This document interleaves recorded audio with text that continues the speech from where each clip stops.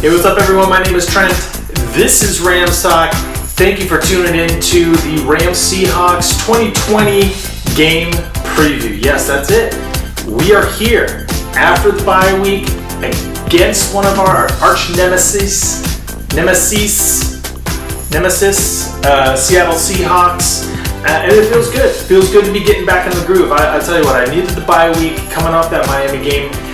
That was tough. I was burned out. The game really kicked me in the rocks, and I needed a timeout. I think everyone needed a good hard reset. So now we're back, and thank you all for watching. You can also find me on Instagram at LA Rams Talk, Twitter at Real LA Rams Talk, Fan to Fan Network, and the Flick app, which I will be on and using as kind of like a Discord for sports. I created a Rams group, and so I will be on that during the Rams game. Thank you for everyone that has that's joined the Flick group. It's been great. Now, a couple of news and notes. So during the bye weeks, the time off, I collaborated with a couple of, I guess, Rams legends, not players, but kind of voices. So Jake from Downtown Rams, he joined me last week. We had a nice discussion. You can see that video here.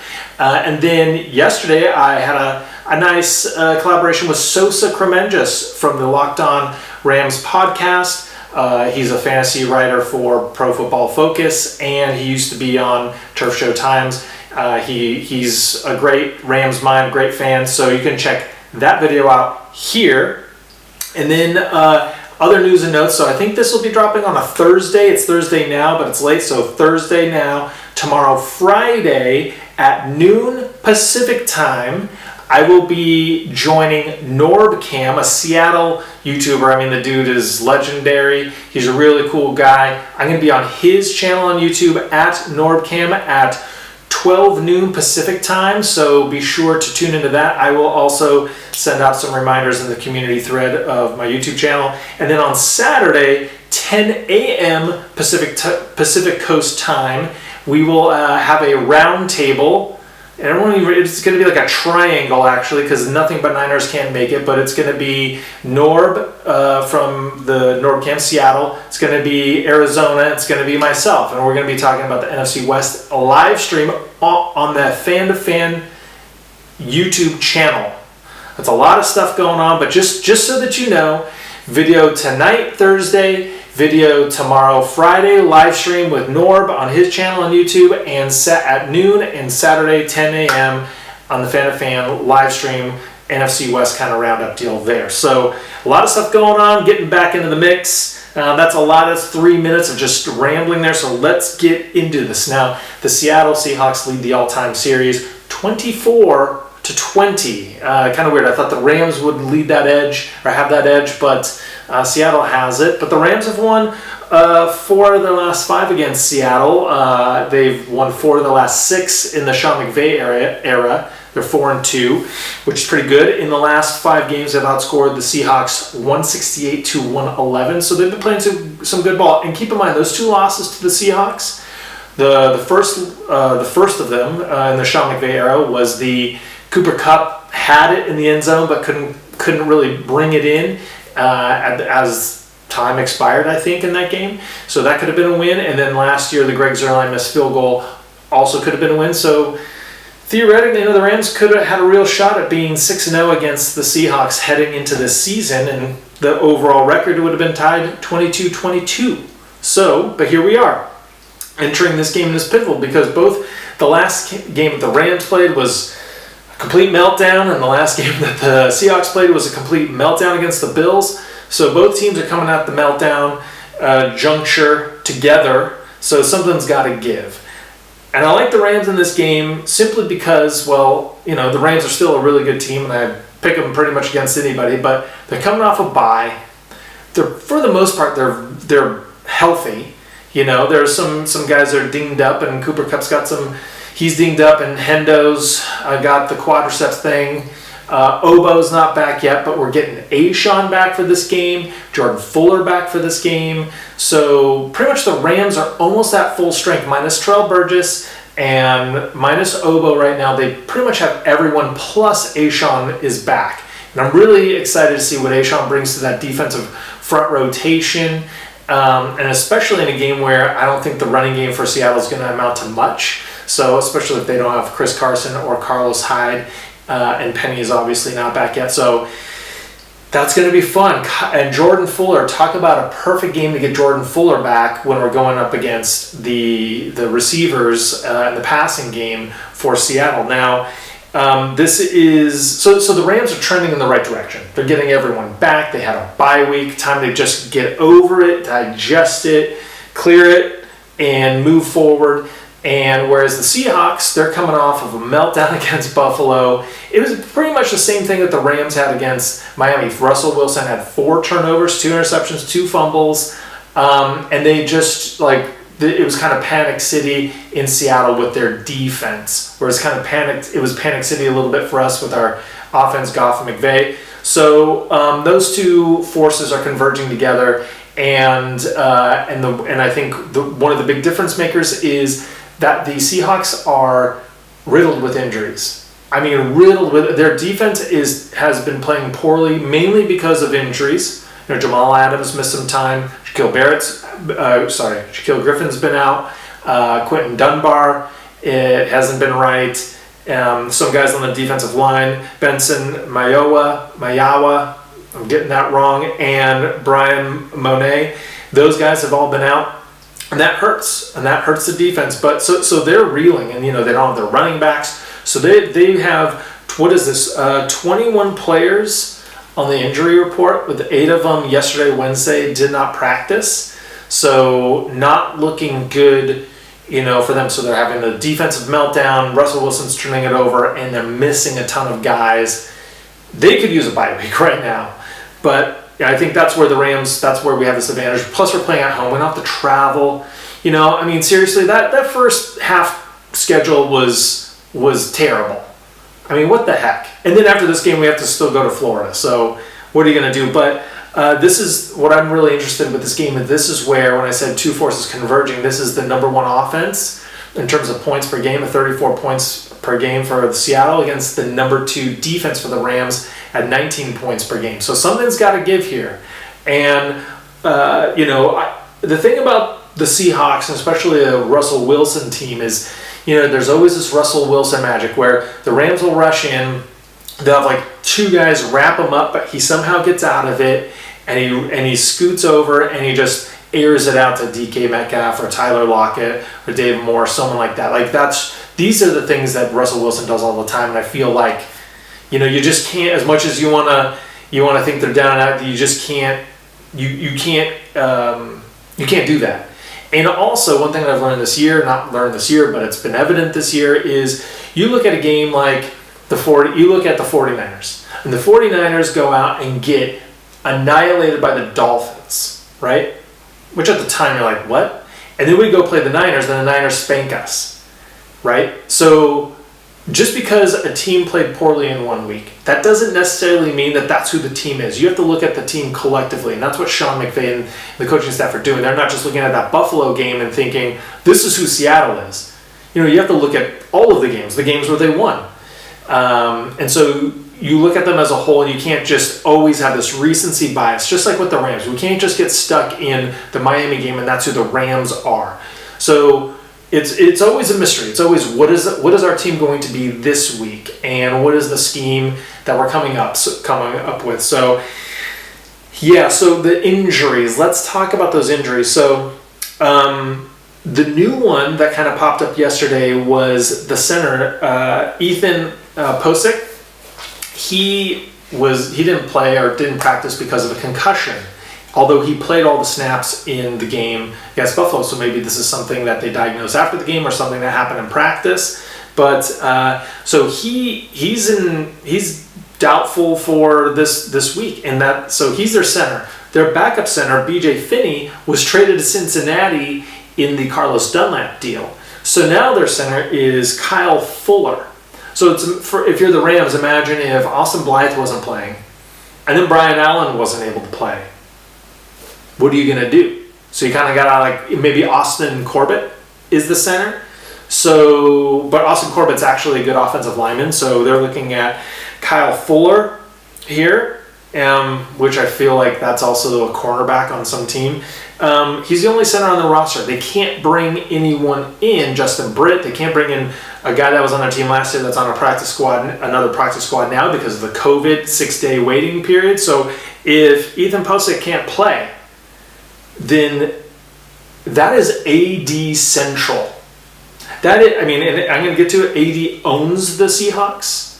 Like, out of all the teams, he owns the Seahawks. And if he's going up against a third-string center and a backup left guard who doesn't have a great Pro Football Focus rating, but he's only given up 1 sack, so that's kind of an interesting fact there. But if he has this left guard and the center combo, that's trouble for Seattle and Russell Wilson, who knows Mr. Donald personally. So that's kind of a recent development, something worth tracking. Shaquille Griffith, probably not on track to play this weekend. He's our best cornerback. Quentin Dunbar, last game he was picked on by Josh Allen because his knee wasn't right, and they were just picking on him all game until he was taken out. And this could be a chronic knee problem where he tries to play through it, or if he sits a couple games, will that help? But he didn't practice as well, so he might not play. That's their 2 top cornerbacks, and they got him in a trade during the offseason. So those are their 2 top cornerbacks. If they can't play, then Trey Flowers, who's actually been playing well, he will be on one side, and on the other side it's going to be either Ryan Neal or DJ Reed. Exactly. And I guess one of those guys will be on the outside, one of those guys will be on the inside. So their secondary right now is banged up, and you have Jamal Adams, who is a great safety when he's playing in the box, but not so much in coverage. So expect to see Jamal Adams rushing, blitzing a lot, but not really factoring into the passing defense. Then you have Chris Carson and Carlos Hyde. Both haven't practiced. Chris Carson, both of them could play, so we don't really know. We'll wait for today's injury report on that. But if they don't play, then you're talking about DJ Dallas. And DJ Dallas is a good player, but they had 50-some rushing yards last week against Buffalo. Granted, they had to pass a lot. They're playing from behind, but are we afraid of DJ Dallas? No, we're not. Chris Carson, limited, still is better than DJ Dallas. So we'll see what's going on with that. But if those guys can't go, then they have no running attack. They have no secondary. Then you have, like I mentioned, Benson Mayowa, defensive end, and Brian Monet, defensive tackle. They're probably not going to play in this game. And then KJ Wright has an low ankle, and he should play, but you just never know. Then there's some other guys that had some limited practicing, but all those guys did not practice at all on Wednesday, not trending in the right direction. Now, Darrell Henderson didn't practice yesterday, but I don't think he's in danger of missing the game. So the Rams, like I said, looking good injury-wise. Seattle is banged up. And this, if you're a Seattle fan, you always feel like you have a chance with Russell Wilson, but this is right now just kind of tough times. Kind of like the 49ers in a way. Now, speaking about the Seahawks, because I spent a lot of time taking a look at them because we know what we have with the Rams, and we can just kind of talk off the cuff, and I could look into kind of what they've been practicing on this week, but I really wanted to understand where Seattle's at, where their mindset's at. And after watching the tape of last week's game, Pete Carroll said, "I don't even recognize us." It wasn't just the depleted defense and secondary, but it was a lot of coaching. He said, "I didn't expect Buffalo to completely abandon the run." If you knew how good Josh Allen was and their receivers are and how your secondary has been, just getting pummeled, maybe you should have known that. And Buffalo is also not a running team. So what we were upset with Sean McVay about is not making these in-game adjustments. Pete Carroll took him at least a half to figure that out. Took him a while to figure out that Quentin Dunbar was not working. And so they didn't make adjustments. Their communication, their coaching was, they went in with a game plan and it was off, way off, and they did not adapt in time. Sound familiar? Well, real quick note about that. After watching the Rams game, and I mentioned this with Sosa yesterday, after rewatching that, you saw a lot of the zero pressure coming in on Jared Goff. And at first I thought, when I was first watching it, I thought, oh, this is McVay he's not calling the right plays. They had granted the empty backfield. That did not help. But I thought McVay at first was not putting Goff in position to succeed. Like he's not calling plays for that Goff can diagnose and be successful on these short plays to mitigate the zero pressure. But looking back at it, Goff had a lot of open guys out of the flats, whether it was Gerald Everett, running back, or a receiver. He just wasn't seeing it. He wasn't aware that this was happening. Goff was not diagnosing the play correctly, and so I think that's really, with these in-game adjustments, you can look at the coaches. But Russell Wilson, when he was facing this pressure, he saw it. He tried. He made some throws against it. But Goff, and I'm going to talk about this later, it's really about Goff understanding what's happening. So I kind of got sidetracked right now. The whole moral of that, or purpose of that story, was to say that in-game adjustments, Pete Carroll wasn't making those against Buffalo. So you better believe he's going to have a different game plan against Sean McVay and the Rams, and I guarantee you the Rams are going to still try and run the ball and not abandon it like Buffalo did, because they need to have balance. But this is going to be the very interesting thing. Like I said, Russell Wilson had 2 interceptions and 2 fumbles. Same as Goff, right? And everyone is like, get Goff off the team, cut Goff. And it's like, yeah, granted, Russell Wilson's here and Jared Goff is here normally. So when Wilson has a bad game, you're like, whatever. Because of Russell Wilson, we're good. Because of Russell Wilson, we have a chance. If you switch the 2 quarterbacks, if you put Jared Goff on Seattle right now, no chance. You put Russell Wilson on the Rams, Super Bowl team. Like, Super Bowl favorite. I mean, that's so when Wilson has a bad game, people forgive it like that because it's an anomaly. Granted, he didn't have a great game against Arizona, which is kind of concerning, but, it's still Russell Wilson. He's still his stat line was similar to Goff's. A lot of yards, just kind of empty stuff going on there. But he did diagnose the pressure. And he did get the ball out. I noticed that a couple times. One of his interception in the end zone was just him trying to make something out of nothing. That was a stupid play. The Seahawks have a top 10 rush defense, but their pass defense is second worst. I kind of mentioned this before. And they're last in the league with passing yards allowed per game at 362. Against Buffalo had 52 pass attempts, and 13 designed runs. So Buffalo really did just come into this game and say, it's Josh Allen time. Like we do have good running backs. We have Moss, we have Singletary, but we're just gonna air it out because your defense is terrible. And they were playing a lot of the Seahawks were playing soft zone and also blitzing a lot, and so it just having a field day. Like Quentin Dunbar was playing 10 yards off the line of scrimmage, and they were just abusing him. So it'll be interesting to know or to see how Seattle brings the pressure in this game. But they did have 7 sacks. Jaron Reed had 2.5. Dunlap had 1 and 2 quarterback hits. Dunlap has been solid in his career, and that definitely has upgraded the line. The defensive line is not bad. And their linebackers, Bobby Wagner is the man, and that's why their run defense is pretty solid.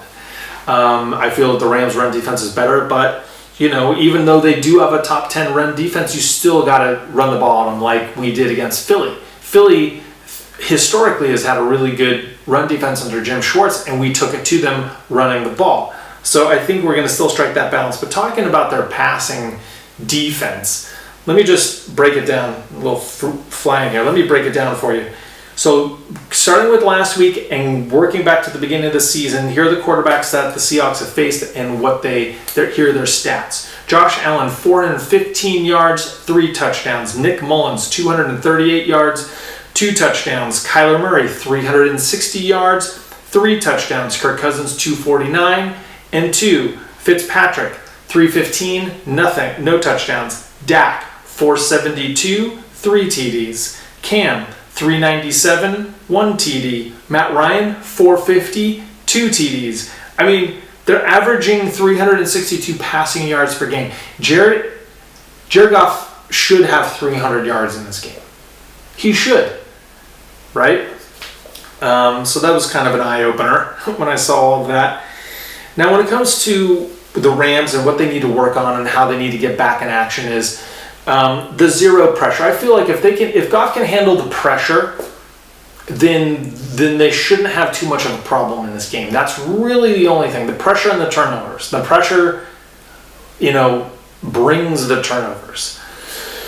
So what did they do this week in practice? They worked on zero pressure. They had coaches with, pads, and they were up and they were in Jared Goff's face. They're bringing an extra defender, and they were putting pads in the passing lane, riding pads, so that, just getting extra width and things in his face and coming at him. And they're just working on just dumping it off to the running backs and the tight ends and the receivers running short routes. So I feel when Seattle does bring the pressure, because they're 12th in the league in blitz percentage at 33%. The Rams are 19th at 28%.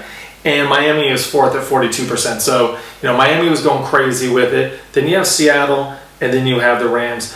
In fact, Seattle ran the cover 0 blitz 12% of the time against Buffalo, and cover 1 34% of the time. So they were actively blitzing with Jamal Adams. That's going to happen. So the blitz is coming. The pressure is coming. They look at the Rams. They realize this is going to happen. They also realize that by blitzing, it allows them, like their receivers or their DBs are on an island and they're stuck. And if they get burned, they're burned. But I'm sure they're probably thinking Jared Goff can't do it. He can't understand, compute, and execute in the face of pressure. So I expect a lot of pressure coming, but we'll see. I mean, a lot of things have not happened the way I thought they would this season. Now, Aaron Donald, I mentioned him before.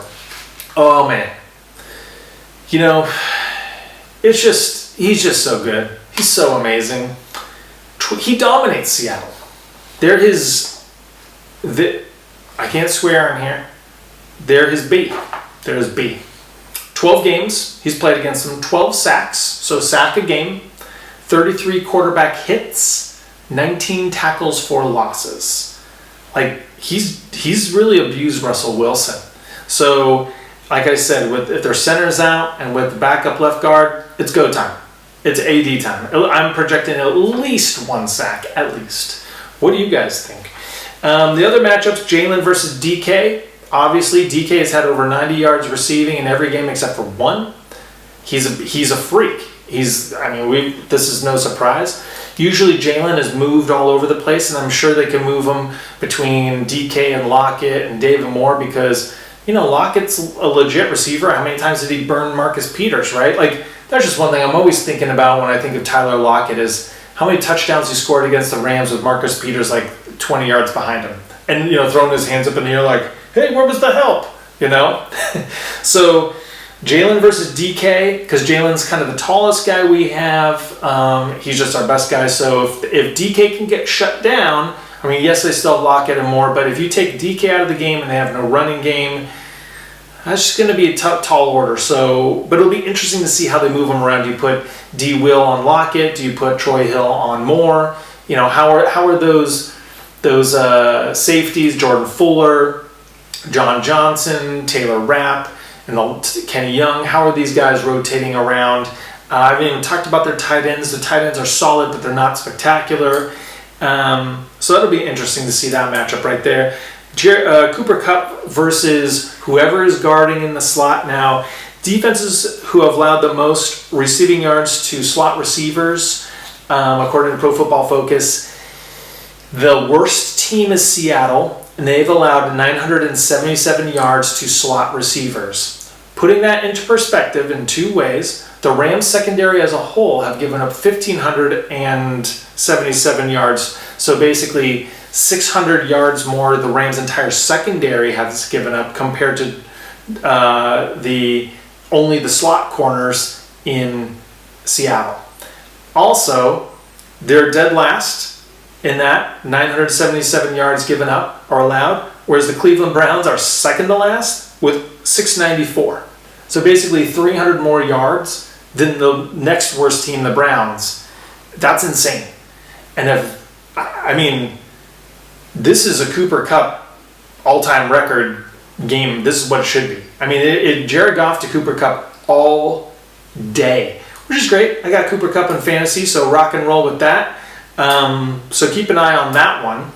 And I mean, he had 21 targets last week or 2 weeks ago, so he could be hitting that this time.